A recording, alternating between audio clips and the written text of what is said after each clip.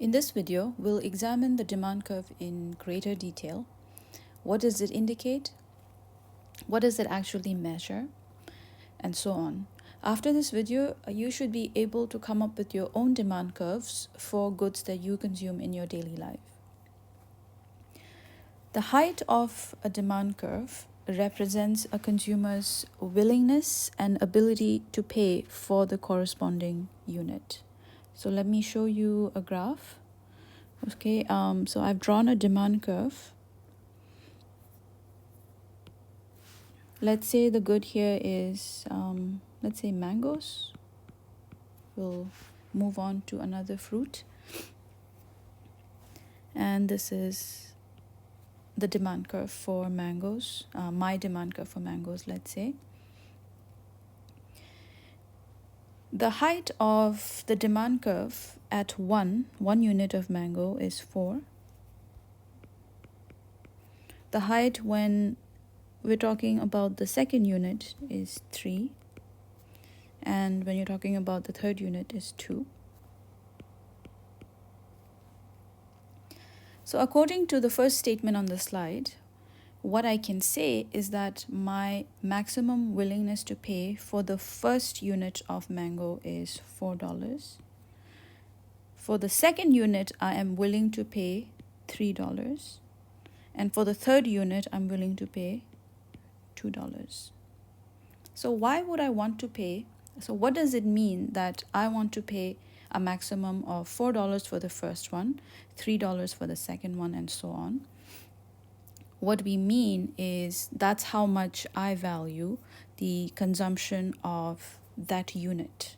So willingness to pay indicates value of consumption to the consumer.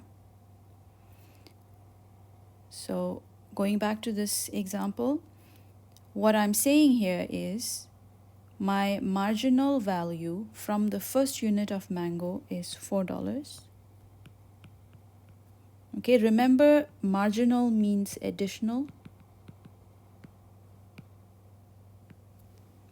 So the additional value, the additional benefit that I get from the first mango is $4 or worth $4. The additional value that I get from the second mango is $3. Third mango is $2. Because we can use the demand curve to back out the marginal value of consumption, the demand curve is called the marginal value curve for consumption. It is also sometimes called the marginal benefit of consumption, measured in dollars. Value or benefit measured by willingness to pay is affected by preferences. So how we feel about a good, our taste will affect the value of the good. But it is also affected by income, price of other goods that are related, basically anything that shifts the demand curve. So since the demand curve is a measure of willingness to pay, and we know from our previous discussion that the demand curve can be shifted to the right or to the left when other factors change, our willingness to pay is also affected by those same factors. We can now define the concept of consumer surplus. It's equal to the difference between our willingness to pay for something and the actual price we pay for that.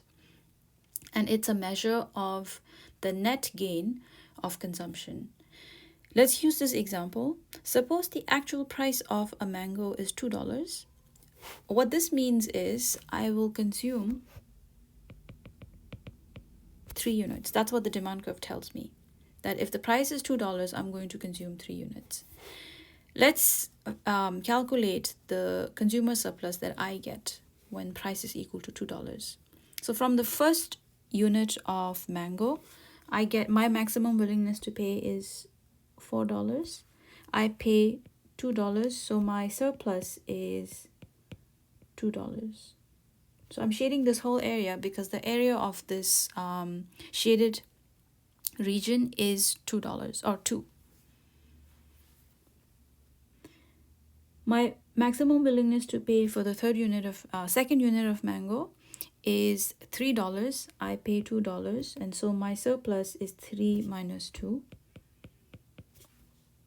My surplus from the last unit that I buy is 0, because the price is equal to $2 and my willingness to pay is equal to $2.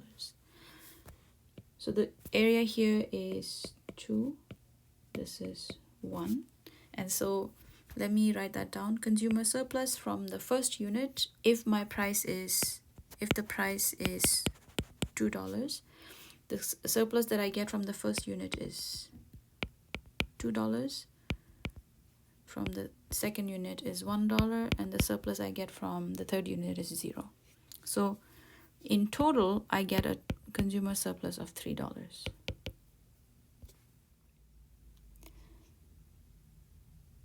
In this example where I'm talking about the consumption of mangoes, what I am assuming is I can only consume whole mangoes and not fractions of mangoes.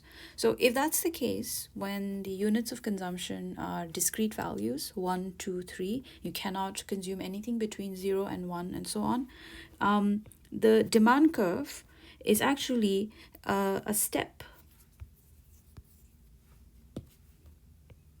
So this the demand curve will be shaped like this.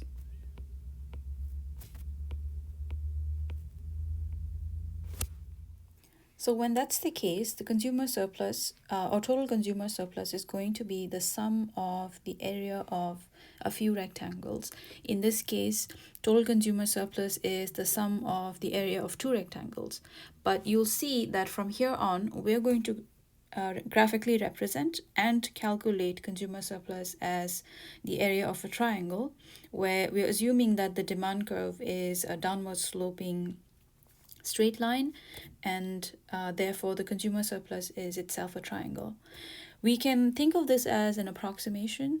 So when the units of the good are discrete, so mangoes you can still consume in fraction, but a good like camera or phone, you cannot really consume half a camera or half a phone. So in those cases, what we will say is, yes, the consumer surplus is a little overestimated, but that's okay. We'll just work with the approximation. The other thing is when we're talking about many units of a good that's being consumed, so at the market level, for example, the approximations are fairly good. And when the units of consumption are more or less continuous, so if you can consume small fractions of a good, then the area of the triangle gets very close to the actual consumer surplus that you'd earn. So just as an example, if I can consume small fractions of mango, then what I'm saying is from this unit, let's say for this unit, the small unit, my willingness to pay is, let's say, here. And so my demand curve is now going to be starting from here. And then the second unit is here. So my demand curve will now have this additional step. And so, you can think of there being these small steps. And then my consumer surplus will include this shaded area, and the small triangles that are not part of the consumer surplus have become really small now. Okay, so the approximation is not very bad in that sense. Either way, this is how we're going to illustrate consumer surplus from here on. It's fairly simple. Area below the demand curve, area above the price line. It's very important that you know why this is called the consumer surplus. You have to be able to tie it back to a consumer's willingness to pay by saying that the demand curve is the consumer's willingness to pay. Okay. So that concludes our discussion of consumer surplus. We will do some related questions in the lecture, question number 4 and question number 5. I highly recommend that you try these on your own before attending the lecture this week.